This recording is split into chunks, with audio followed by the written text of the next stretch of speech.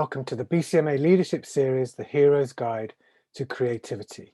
I'm Andrew Cantor, the Global CEO of the Branded Content Marketing Association, or BCMA. Before I introduce our special guest, I'll just give you some context as to why we're here today. The advertising campaigns that are shared and discussed millions of times are not the norm. The reality is most advertising is dull and doesn't change consumer behavior because it has been shaped around a familiar perspective. In today's session, George Webster will shed light on why it's good to be a freak, how the hero's journey can be used as a creative framework, and dig into the detail on how you can leverage the status quo to find fresh perspectives that stand out, provoke, and get your next campaign remembered. George is a BCMA member and the founder of Big Ideas That Work, a creative intelligence platform that helps you find inspiration super fast. A long time ago, George wrote films for a living, including Valiant, a film that grossed $60 million. Subsequently, he spent over 15 years leading content marketing teams, both agency and client side, most recently as the creative director at HP, before taking the leap to set up BITW. So without further ado, I'm going to hand over to George. So, the basics, everyone can see my screen? Yep. Good, right, here we go. Yeah, so as Andrew suggested, the talk today is about the Hero's Journey Guide to Creative Inspiration. But a couple of things in there, straight from the bat, it's interesting, our perspective of what a hero is you'll see, I will challenge the normal perspective of what that is when we look into this. So in the next 30 minutes, what do I really want to kind of talk about and share with you? Well, I want to reveal how the hero's journey, and I know some of you might not even be familiar with it, and we'll talk about that as well, can be used by brands, plans, and creatives as a highly effective framework for landing freakishly interesting big ideas that work. And I think actually the most important thing to come from that is actually, well, why do you even want to do that? Why is this of interest, and why have I spent a long time trying to come up with this framework? Well, it's the idea that we live in an age where you need to earn attention. Interrupting is proving slightly futile now. There are some flawed analogies which say that, you know, we have the attention span of less than a goldfish or something. I'm not really a great believer in that. I don't think we are goldfish. You know, just if you spend 7 hours watching Game of Thrones or Queen's Gambit in one sitting, that, you know, if you have something which is genuinely interesting, we give our attention willingly. The challenge is, therefore, can we make our advertising and the things that we want to talk about as interesting as, in the examples I've given you, the TV programs we watch? Doesn't always have to be TV, but the point is, if you create interesting things, you will grab your fair share of attention, or in many ways your unfair share of attention. And so who am I really broadly before we speak? Andrew gave me a little wonderful interruption, but I, you know, embrace my flaws. I'm a one-hit wonder screenwriter. Yes, it was a big hit in 2005, but you know, I'm not Aaron Sorkin. But I survived because I was a fairly decent film writer, but I was an exceptionally good pitcher. You know, Valiant was Top Gun with pigeons set in World War II. That was the exact pitch I made in 1999, and that set me on a path to a 15-year career or 10-year career in writing. And actually, that point is a good one. It will come out again because I was a good pitcher because I understood story structure back in the day very well, comic opposites, classic context, and all these things are actually what makes good advertising work. Yeah, seasoned content marketing veteran, Razorfish, Critical Mass are the agencies I work for and led teams for. And most recently, I've been doing content marketing for worldwide and European roles in HP. And as Richard Shodden would say, who the author of The Choice Factory, you know, key life moments are pivotal. And as I was turning 50, I didn't think I'd really left much of a mark on the marketing industry, quite frankly. And this whole idea about creativity has been bugging me probably since 2014, 2015. And so I really decided to do something about it, which is why I founded BITW. And if you add up all the hours since film school, studying story structure, and the amount of time I devoted in the last year, I probably am approaching 10,000 hours in this very niche subject of story and ad structure. So I can't promise it. I'm not a CMO or anything, but in this particular kind of discipline, I think I'm a good someone who you can learn from, and I'm also good at ping pong if we ever meet. So, if you've got this quote on the left from Steve Jobs. When you ask creative people how they do something, they don't really know. They can't really explain it. And then you have this quote on the right by George Lois, who's the original Mr. Big Idea. He was the titan of the advertising industry in the 60s. To create great work, you need 1% inspiration, 9% perspiration, and 90% justification. What's interesting is I think actually nowadays, a lot of the trade press, a lot of agencies say this is true. A lot of them believe it to be true. But actually, I think the trade press get carried away and actually they devote an enormous amount of their time and energy to telling us that the 1% inspiration is something more like 60%. It kind of fuels this theory that, you know, you have to be in the hands of the great top ad agencies to create great ideas. And that's just simply not the case. And I'm on a quest to prove that statement. I'm on a quest to prove that it's actually only 1% inspiration and that actually we all are creative in our own ways. And in many ways, we can all slightly unlock our creative potential if we only have the tools to help us. But the thing is, why a framework? Well, currently, there just isn't one, and probably a valid reason. It's damn hard to find one. But there are a lot of strong opinions out there. You know, branded content's the answer, BCMA, or behaviour is the answer, you know, Richard Shotton. Your customer is the hero, or context is queen. It's brand purpose. You have to be doing data, or you've just seen something shiny and new. Let's go do a Tide ad. There are lots of strong opinions and narrow viewpoints around these conversations, and they change all the time. But the point is, you know, and there are lots of experts in each individual space, but there's no one rounded theory as how maybe we can a broad church which might be able to include all of these thoughts that can help us to create great big ideas that might work. And then let's dig on to the hero's journey. I know that, and you can say in chat if you're not familiar with it, there's those who maybe not even know what it is. And the hero's journey really was a mythic structure invented by a chap called Joseph Campbell. And it was famously used by George Lucas to structure Star Wars and the subsequent films. It was then adapted by Chris Vogler for Hollywood and became the standard practice behind virtually hundreds, if not thousands, of Hollywood hits, where they hit these beats that you can see on that circle on the right. But if you were to name my tribe, I've been in content marketing for a decade, and what I've found is actually that also has been overtaken by evangelicals.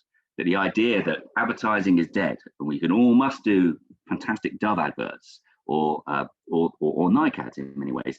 The idea that actually a good product advert is no longer what people want to see is also false. So if you go to creatives and say it's all about the hero's journey, they would, when I talk about creatives in top agencies, they would view it with suspicion, because I believe it's been somewhat over-hijacked, over-hyped as a solution, but in a narrow context, which is what I said before. But also in Hollywood, same but different is a badge of honor. I literally had a 10-year career just pitching same but different. That may say something about me. But in advertising, spotting the right idea is as important as having it. Yet, the challenge is agencies insist, in many ways their DNA exists, on the fact that they say all their ideas are original. So that in terms of explanation as to why their ideas are succeeding, they can't really go to a client, or they don't want to go to clients and say that, well, actually, we're the same but different. We're actually the same as this award-winning campaign, but we've just twisted that. They might do that internally. But what this means is there's no common language as to why things are actually working. In Hollywood, story analysis is a $100 million business plus, and story structure is a key indicator of whether a film will be a success. That, or I haven't really seen it, that doesn't really exist. You've got a lot of post-analysis tools, not many pre-analysis tools as to why advertising might work. And there's what I call wrong attribution. This is effectively the campaign that started my quest.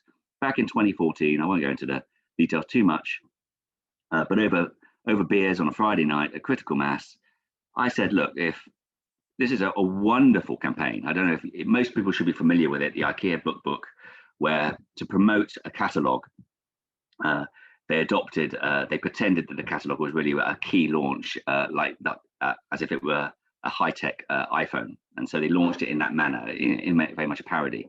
But it was the details, it was the execution that was brilliant. And I argued in Beers that really, if any agency had been given this brief and they hadn't come up with one of this idea as one of their three, then really they should be fired.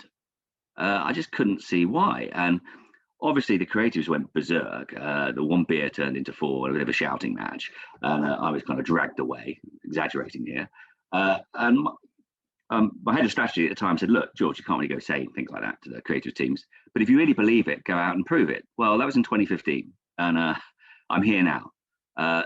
That's how passionately I believe that actually some of these campaigns, the simple structures behind them, can be replicated and understood to the benefit of all, not just the top 10% of agencies. But if you understand what's happening here, then everyone can start to create really effective advertising of simple kind of structural truths.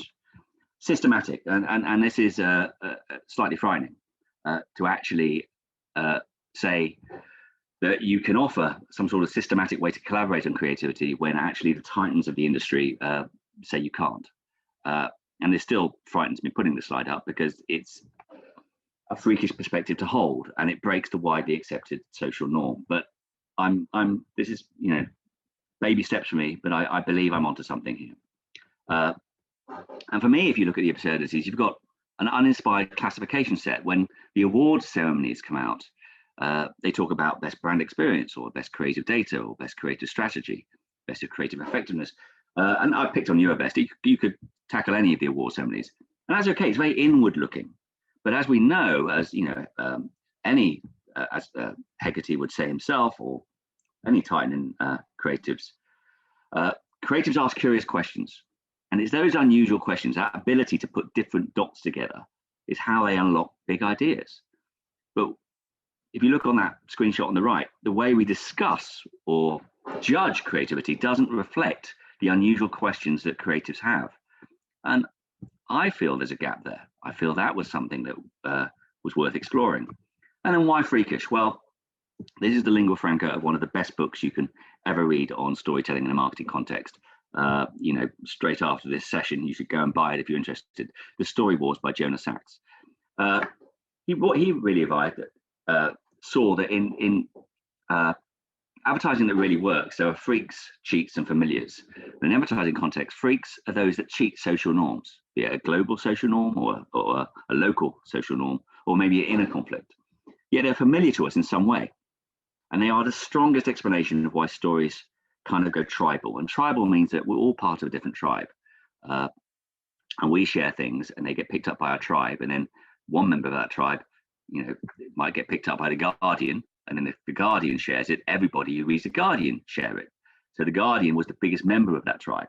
Likewise, someone else might share something and add their own spin on it. And it gets picked up by Mojo magazine. And then Mojo magazine shares it, and every reader of Mojo magazine, which is an enormous tribe, pick it up, but with their own spin. Tribal, not viral. I think that's a really important distinction, but that's a talk for another day. And here are examples of freakish campaigns and freakish perspectives, and this is what we mean. So on the left was the Meet Graham campaign, which won award after award and was very effective at getting people to be aware of the dangers of driving above 20 miles an hour, because if you survive a car crash at 20 miles per hour, that's what you would look like. It was a flawed protagonist that had freakish consequences.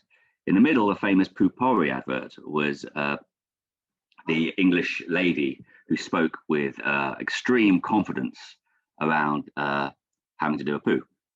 She was a powerful protagonist and she had a freakish perspective because going to the bathroom is an embarrassing experience. And on the right, you have the clean eating burger.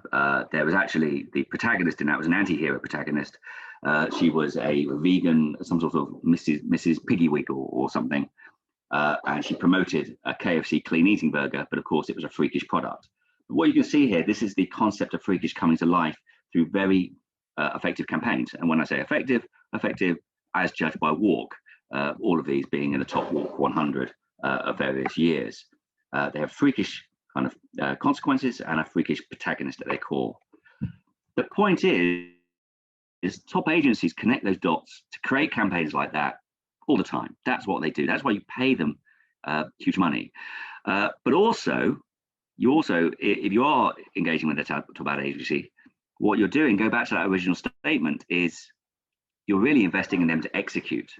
Because what we're saying is, if you're not a top creative, how can you come to creative ideas? How can you land on those big ideas? You might not be able to execute. You might need to employ an agency of some form or other to be able to execute ideas and guaranteeing that your ideas shine.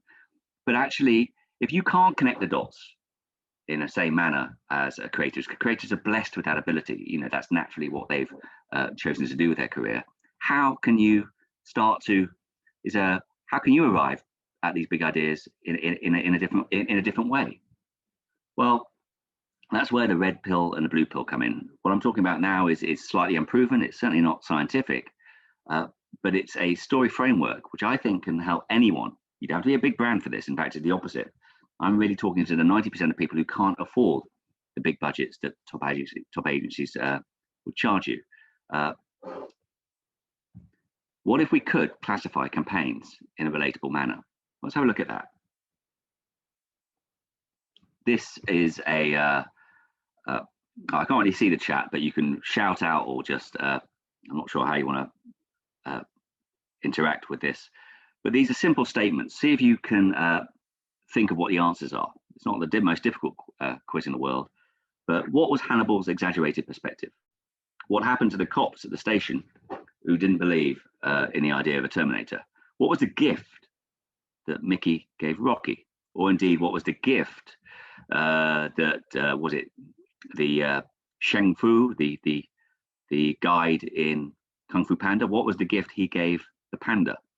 Where do Bonds ultimately always, where do Bond villains, where does Bond ultimately always confront his villain? You know, in virtually every Bond film, there's a moment like this. And why doesn't Sally Field and Mrs. Doubtfire let her ex, Robin Williams, see their kids at the beginning of the film? And what does he do about it? Well, you might think about these answers, you might have typed them, you might be thinking, oh, these are quite easy. Well, let's have a look. Don't know, you can judge yourself whether you got them all. Hannibal Lecter, people are food. That is a very exaggerated perspective to have, and it drives the narrative of that film. They all die. They refuse to believe that Terminators existed, and the cops paid a price. They denied that the message that Reese was telling them. Mickey gave Rocky belief. He was a bum. He didn't think he had a chance against Apollo Creed, but Mickey gave him belief. And that's exactly what the mentor did in Kung Fu Panda. He gave the panda belief to realize to embrace his flaws. And actually, his big belly was his ultimate weapon, if people remember the end. And in Bond films, Bond always confronts the villain in their lair. He doesn't wait for them to arrive to him. He always goes out hunting for them. And it's the same with Rocky. He confronted Apollo Creed in the crucible of boxing. And look at Robin Williams. Sally Fields didn't want him to see the kids because he's a jerk. He became a nanny because she was interested in that. That was something that she needed at the time. So he became what she was interested in. And now you think, well, what's the relevance? Well, this is exactly what you see with brands all the time. Brands play with their exaggerated brand perspective. So if you take away one thing, I would say, what is the exaggerated brand perspective that you have about your brand? Burger King uses this to phenomenal effect. And here they can even embrace the fact that many of their restaurants caught fire because, of course, we all know they're flame grilled since 1954. They can embrace their flaws with confidence. And life and death stakes, like in The Terminator, who refused to call. Here, one of the most famous poster ads of all time, I never read The Economist. That was by a management trainee who was aged 42. He refused to believe the benefit of what The Economist can give him. And therefore, there are always life and death stakes. In this case, the life and death stakes, which is for you to work out for yourself, for your brand, was success and failure. And the refusal of call in this case with the death of his career. This is a film. Durex do this phenomenally well with their advertising. It's the life and death stakes of Durex are freedom and responsibility, and they often play with refusal of call messaging, which is at Father's Day. I've gone off at a tangent. Happy Father's Day, and they might stop it. I sometimes do this. I'll go for a tangent. Just stick to this example. Right now, look at this one here. Our elegant English lady, confident English lady. Women feel embarrassed when they may have to go to the bathroom, and the mentor's gift in this case is confidence. Look at that, polar opposites. It's a polar opposite structure there, and that's the same as with Rocky. You know, he didn't have belief at the beginning, and he got given confidence at the end. It's a slight change, and where do women feel most embarrassed? In this case, well, where is the villain's lair? It's in the office. It's at the party. It might be at your boyfriend's home. These simple constructs, you see them in advertising as well as in films. It's the same thing. So if you can start to think of these simple concepts as villain's lair, mentor's gift, you start to build a toolkit that can help you. And then let's have a look at how customers think, where it all began for me. Well, catalogs are dull. And if you cross the threshold into a more interesting world, just like Robin Williams did in Mrs. Doubtfire, in this case, you cross the threshold into a more exciting world. So again, a polar opposite. Catalogs are dull, not interesting. What is interesting is the high-tech world of smartphones and iPad releases. And that's what this advertising campaign did to great effect. And so actually those things should be quite relatable, because you can just see how they happen in big films that you're familiar with all the time. But now what if we could classify campaign ideas the way creatives actually think? How can we do that? So take a look at this example. I'm not sure if you're all familiar with it, but this was, I certainly haven't handpicked this to demonstrate a point. I've picked this because it was Adweek's top pick for 2020. It was one of the most popular campaigns by Match.com it was such a dumpster of a year that really who would have enjoyed 2020. And Ryan Reynolds made this campaign for Match.com and found that actually Satan in 2020, the woman in this was actually named 2020. They would have been the perfect match. They were the only couple in the world at the time who really would be enjoying a date last year. It was a match made in hell. And this was the comment that Ryan Reynolds made about it, the actor and actual producer of this advert. Even if it's dumpster fire of a year, people somehow found love on Match. And we just imagined what a 2020 match would look like, and this video was the slightly warped result. This is an astonishingly creative idea.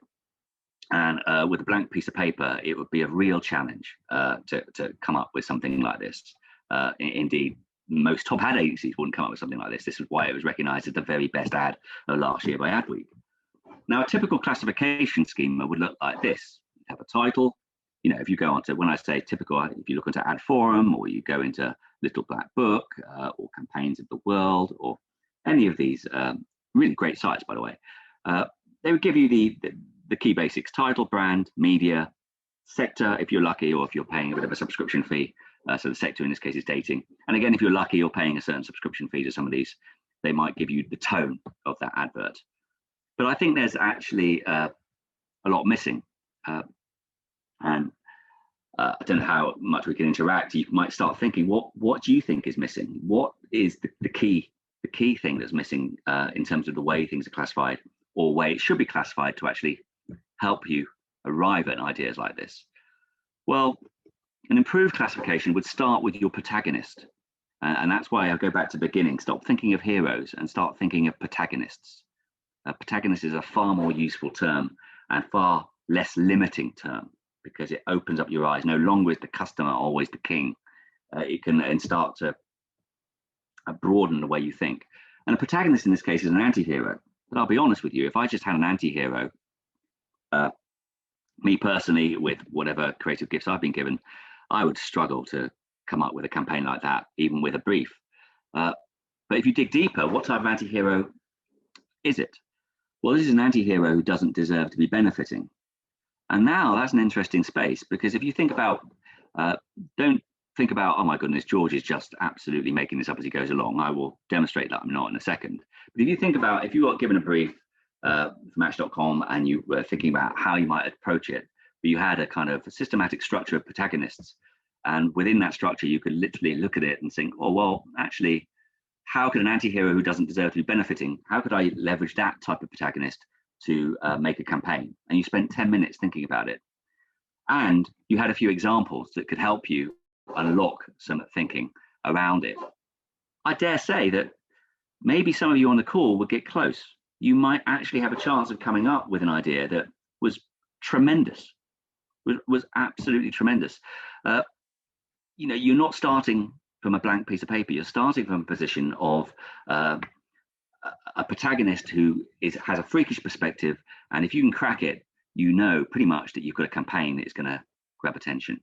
And so here are 3 other examples. I won't actually for time go through the other 2, but the No Nasty Surprises very quickly was the world's burning, and this was a CEO who's basically benefiting because people invest money in companies that are basically bad for the climate, and he was celebrating the fact. And Big Tobacco, this was a 2015 campaign.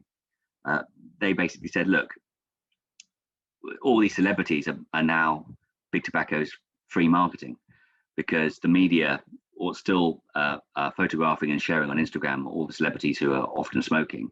And although tobacco advertising is banned, they were getting all this free media, and that's actually a bad thing. It was a very divisive campaign, but it was actually tremendously effective. And now, right, so we can potentially classify things the way creatives think.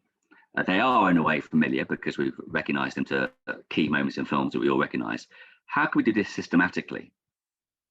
Well, we can do it systematically, and it goes back to this framework.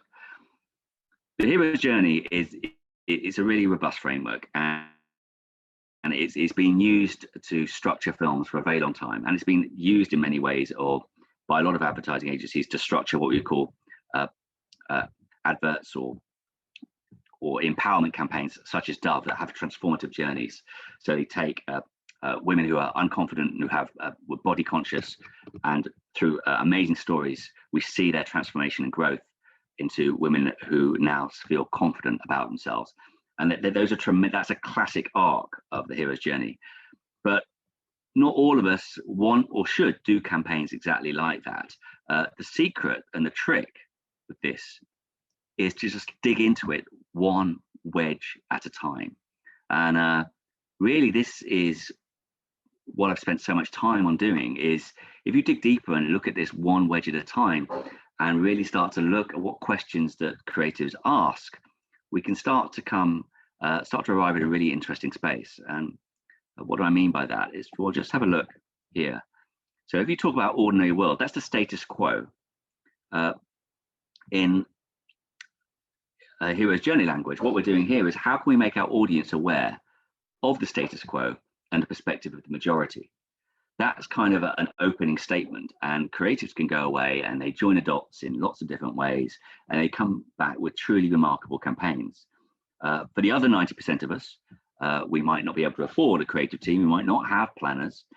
You might just be yourself and a colleague. How can you maybe escape the tyranny of the customer as king and start to think of maybe different ways to communicate your message? Well, here are 10 sub-questions that you can ask. How can we reveal the absurd truth behind the status quo via a whistleblower, a different type of protagonist, or via an anti-hero? How can we show the absurd perspective of the majority of the ordinary world? I won't run through them all. The point is, this list might expand, but through a kind of exhaustive research, I've covered over 3,000 campaigns now, and probably thousands more subconsciously. I've arrived at really groupings that really there are 10 broad groupings in which cover the majority of Walk 100 campaigns that have used a ordinary world perspective. And then I've done the same for call to adventure comms. So it's the same thing. How can we prompt our audience to leave the status quo? And this is where if you're familiar with Richard Shotton and the Choice Factor, he talks about behavior change requests. And so this is able to, the framework is a broad church. So now it can start to integrate into behavioral economics. And these are different ways you can ask for a behavior change request that subverts the status quo. So it's quite similar to number one. Or you can ask for a behavior change request that disrupts a trend or leverages your habits or provokes a planned reaction. Anyway, all of these are methods available to you. And that was the one that we've just gone through previously. That was the Match Made in Hell campaign. And I think it's important to note that obviously this can be done, and I have done it. I've done it in pretty exhaustive fashion.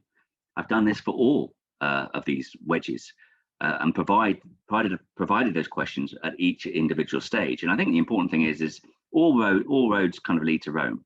This isn't about the fact that one particular sub-question lives within one particular wedge. They can ebb and flow, but it's whatever works for you. So sometimes I repeat myself because there are different questions that can help you arrive at the same answer, if that makes sense. And really, that is what my platform offers you. We don't do it for kind of fun and giggles. We're kind of classifying campaigns in a relatable manner so that you can remember them easily. So you've got those mental hooks. When you see something, you think, oh, I get it now. We classify campaign ideas the way creatives think, so you can start to think that way too. We're not all naturally blessed to be able to put these different dots together. And it's in a systematic manner. So actually, whatever brief comes your way or whatever marketing message you have, you can have the confidence of a repeatable, robust process. And you can workshop it. You can spend 4 hours. You can spend 8 hours on it. But, if you think an ad agency, before they get out of bed, will say, well, give us 3 days to think about it. And they'll have 3 days with 2 creatives working on it to come back with a bunch of ideas. I would certainly back my framework with 2 colleagues. If I had 2 colleagues and 8 hours of your time and my framework, I think you could be in a good place to challenge any creative team. And I think there's a really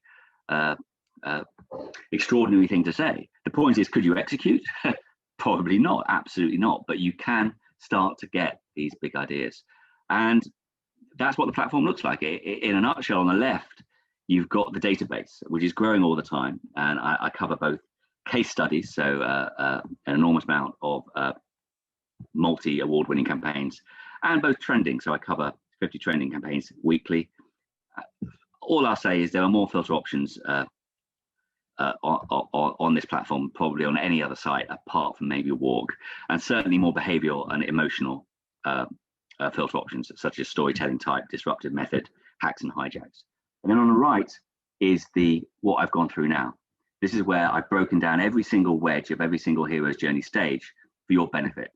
It's coming on in March, and this is where you get to understand with examples so you can start to come up with big ideas yourself, because you've got the question, you've got examples that can help you visualize the question, and then you can go forward and maybe able to crack your brief and come up with more interesting perspectives than what maybe you've done in the past. And that is the end. If you enjoyed it, I'm open to any questions you may have. Thank you to George Webster from Big Ideas That Work for his excellent presentation today about the Hero's Guide to Creativity. I also want to thank everyone that joined us today. And if you want to know more about the BCMA, please visit www.thebcma.info. My name is Andrew Cantor. I'm the Global CEO of the BCMA, and I look forward to seeing you again soon. Thank you.